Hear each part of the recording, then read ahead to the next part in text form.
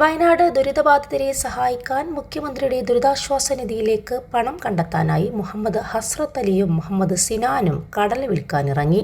കൊടുമുടി അങ്ങാടിയിലാണ് ഇവർ കടല വിൽക്കാനിറങ്ങിയത്. കടല വിറ്റ് കിട്ടിയ തുക മുഖ്യമന്ത്രിയുടെ ദുരിതാശ്വാസ നിധിയിലേക്ക് കൈമാറാനാണ് ഇവരുടെ കടല വിൽപ്പന. പുറമണ്ണൂർ AMUP സ്കൂളിലെ 6ാം ക്ലാസ് വിദ്യാർത്ഥിയാണ് മുഹമ്മദ് ഹസ്രത്ത് അലിയും. ഇതേ സ്കൂളിലെ 2ാം ക്ലാസ് വിദ്യാർത്ഥിയാണ് മുഹമ്മദ് സിനാനും. കൊടുമുടി കമ്പത്ത് മുഹമ്മദ് അലിയുടെയും കിഴക്കേക്കര കിഴക്കത്തുപറമ്പിൽ സുമയ്യയുടെയും മക്കളാണ് ഇരുവരും.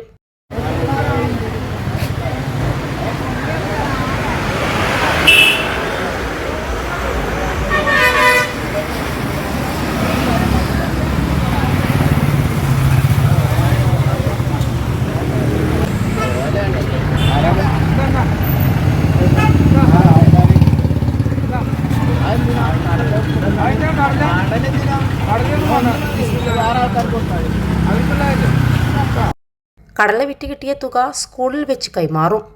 വയനാട് ചൂരൽമലയിലെ ഉരുൾപൊട്ടലിൽ ചൂരൽമല ഗവൺമെന്റ് ഹൈസ്കൂളിലെ 32 കുട്ടികളും മുണ്ടക്കൈ സ്കൂളിലെ 11 കുട്ടികളുമാണ് മരണപ്പെട്ടത്.